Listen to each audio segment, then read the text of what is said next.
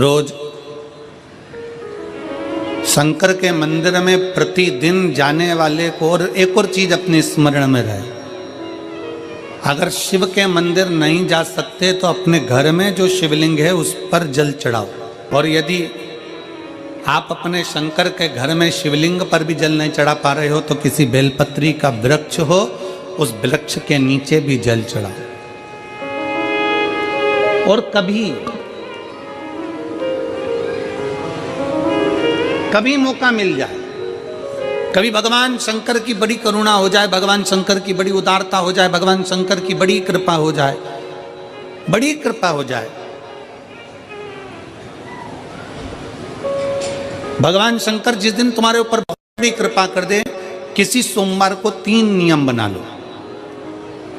जिस दिन मेरा भोले बाबा तुम पर कृपा कर दे उस दिन सोमवार का एक नियम बनाओ कि महीने का एक सोमवार मुझे ऐसा करना है, 3 नियम धारण करना है महीने के सोमवार को। पहला, सुबेरे जाकर शंकर भगवान को 1 लोटा जल चढ़ाना है। दूसरा, दोपहर के समय पर जाकर मुझे बेलपत्री के वृक्ष के नीचे एक चावल का दाना रखकर बेलपत्री की 7, 11, 21, 108, 51 जितनी परिक्रमा आप लगा सकते हो वो लगाना है।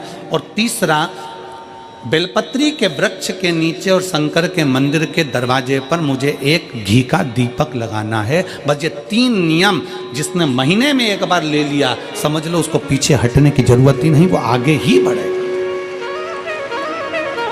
महीने के किसी एक सोमवार का ऐसा नियम बना लो कि मुझे 3 नियम धारण करना है महीने के किसी भी एक सोमवार को। हम ये नहीं कहेंगे कि तुम सोमवार 5 पढ़ रहे हैं तो 5 को करो, 4 पढ़ रहे हैं तो 4 को करो, 3 पढ़ रहे हैं तो 3 को करो।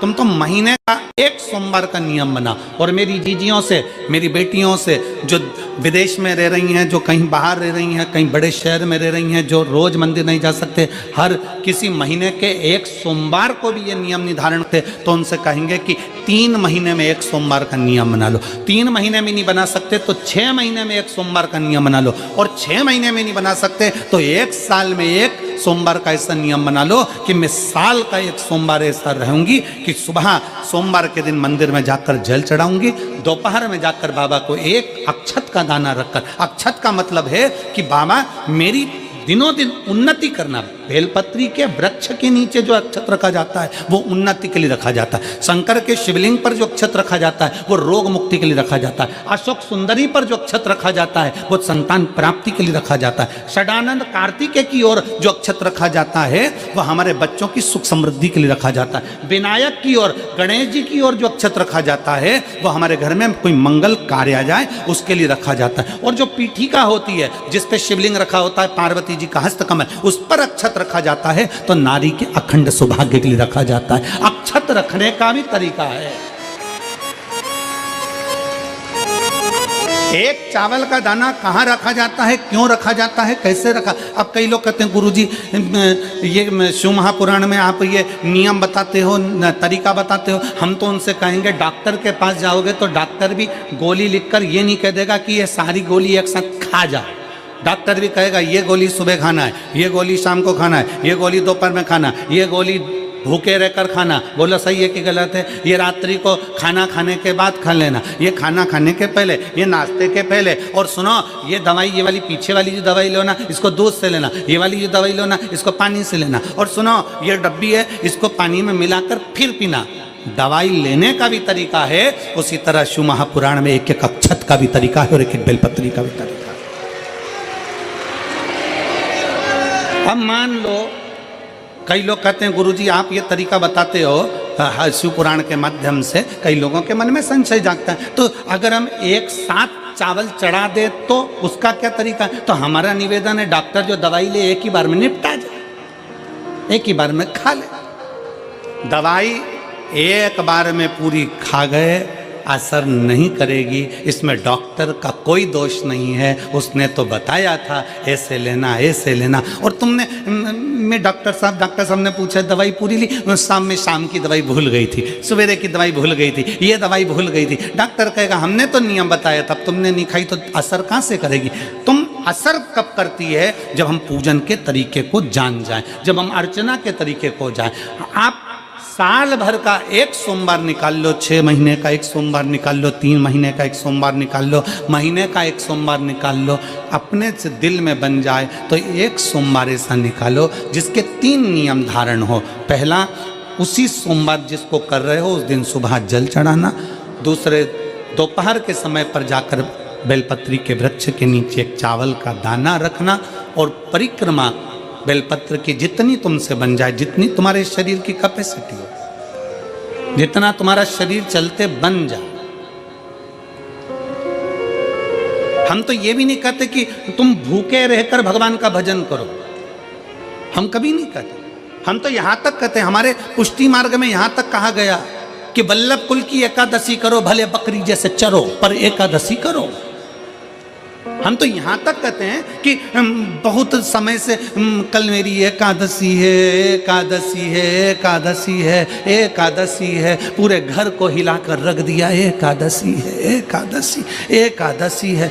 बहू टेंशन में, बेटा डिप्रेशन में, पति पपीता ला ला के, सेव फल ला ला के, मूंगफली का दाना ला ला के, काजू कतली ला ला के, सेव फल ला ला के, और सारा सामान, साबूदाना और खिचड़ी और ना चिप्स ना जाने क्या क्या ला ला के, बेचारा पति एकादशी आती है वो नौमी से चिंता में पड़ जाता है।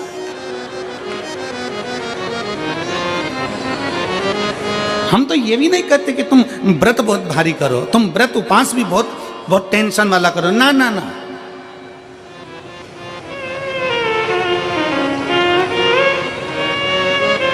अपने को व्रत उपास भी इतना बहुत बहुत भूखे रह रहे हो, बहुत प्यासे रह रहे हो और मालूम पड़े कि भगवान हमें मिलेगा, भगवान हमें मिलेगा। भगवान कहता है कि देख भाई, मैं भी भूखा नहीं रहता, तू भी भूखा मत रहे, मैं भी चकाचक रहता हूँ, तू भी चकाचक रहे, मैं भी अपने। और भगवान शंकर तो ये भी कहते हैं कि अपना परिवार भी मत छोड़ो। मेरे पास में पार्वती भी, एक ही देवता है जो विद फैमिली मंदिर में बैठता है। शंकर जी हैं तो पार्वती जी है, तो गणेश जी हैं, तो कार्तिकेय जी हैं, तो नंदी है, सब मंदिर के अंदर चाहिए। शंकर भगवान अपने पूरे परिवार के साथ। शंकर जी तो ये कहते हैं अकेले तुम क्यों रहते हो। शिव जी की एक बात अपने ध्यान में रखना, कितनी सुंदर बात है शंकर भगवान की, बहुत ध्यान में रखिएगा। आप जौहरी नहीं हो, हीरे को नहीं परख सकते। हम भी जौहरी नहीं है, हम हीरा को नहीं समझ सकते।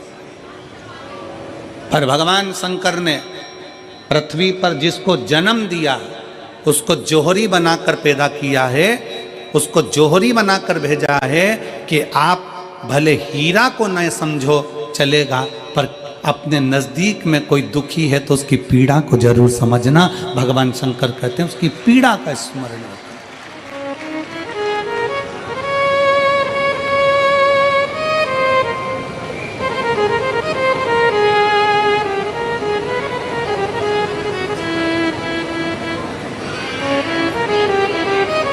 हीरा को समझो ना समझो पर पीड़ा को जरूर समझिए,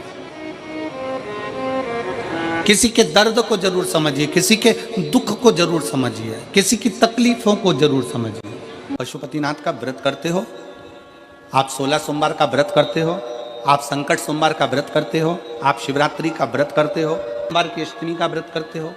उन व्रतों में सारे व्रत करो, मना नहीं है, पर उस व्रत में अपना पूर्ण समर्पण परमात्मा के प्रति रखो। केवल खाना छोड़ा है, अन्न छोड़ा है, भोजन छोड़ा है, और दिन में सुबह से लेकर शाम तक 2-3 बार तुमने कुछ ना कुछ पाया है, वो व्रत हो सकता है आपकी दृष्टि में, पर हमारी दृष्टि में व्रत कौन सा है।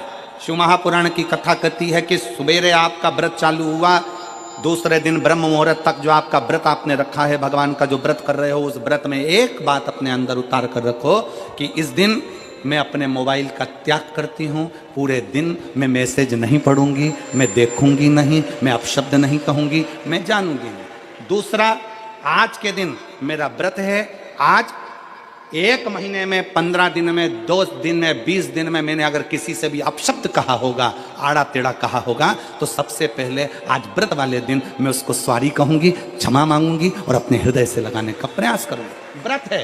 व्रत का तीसरा अंश, आज मेरा व्रत है, मैं आज के दिन किसी को भी अपशब्द नहीं बोलूंगी, किसी के लिए आड़ा तड़ा नहीं बोलूंगा। आज जितना बन सकेगा मैं सात्विक जीवन जीऊंगा। चौथा, आज मेरा व्रत है, आज के दिन मैं झूठ नहीं बोलूंगी, ना झूठ बोलूंगा सुबह से लेकर शाम तक। और पांचवा, आज व्रत वाला दिन है, जितना फलार मैं करूंगी उसका पैसा जोड़ूंगी कि 15 रुपए का मैंने साबुदाना खाया, 10 रुपए का बटाटा खाया, ये खाया वो खाया, सारा हिसाब लगाकर 55, 60, 70 रुपए जितने होते हैं उसमें से एक अंश निकालकर मैं उसका एक भाग किसी गौशाला में जाकर गाय को चारा जरूर दूंगी। आपका व्रत, आपकी साधना, आपका तप, आपका बल, आप कैसा कर रहे हैं? केवल भूखे रहने पर भगवत पद की प्राप्ति नहीं होती। शिव महापुराण की कथा कहती है कि भूखे रहने से भगवान की प्राप्ति नहीं होती। शिव पुराण की कथा कहती है भगवान को पाने की भूख बढ़ाने से भगवान की प्राप्ति होती है। भीतर से परमात्मा को पाने की भूख बढ़ाइए, भगवान को पाने की भूख बढ़ाओ भीतर से।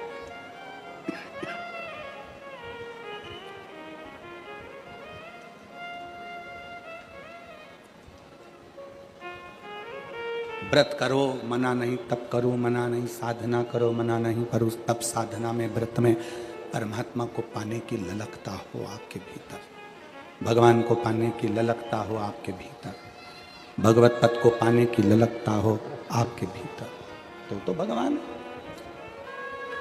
हाँ, पुराण की कथा एक बड़ी सुंदर बात कहती है, व्रत आप करते हो, उपास आप करते हो,